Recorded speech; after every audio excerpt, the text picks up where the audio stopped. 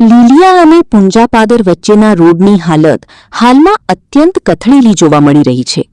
Road ઉપર ઠેર ઠેર ખાડાઓ અને બિસ્માર માર્ગના કારણે મુસાફરો તેમજ વાહન ચાલકોને ભારે મુશ્કેલીનો સામનો કરવો પડી રહ્યો છે.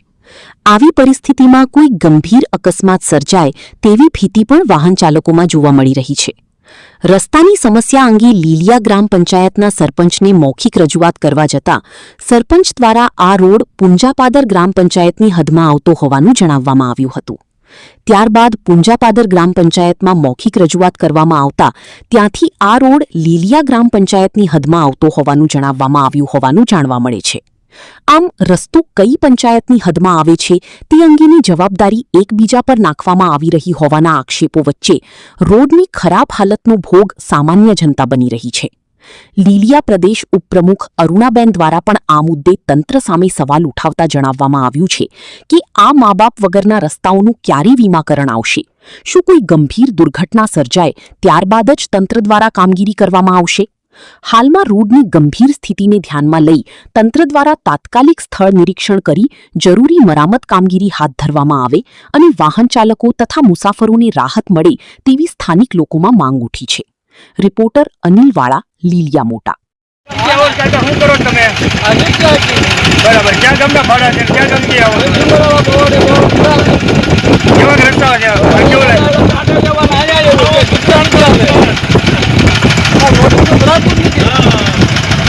પુંજાપાદર રસ્તો છે, દીપપાર ને જર્જરિત હાલતમાં છે. શું તમારી રજૂઆત છે?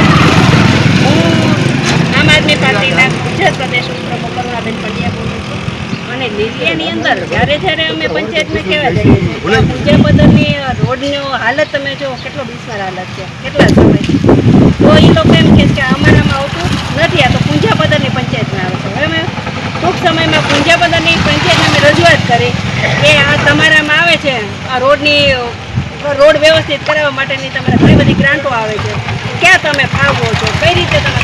તો કે બેન અમારે પુંજાપાદરમાં નથી આવતું.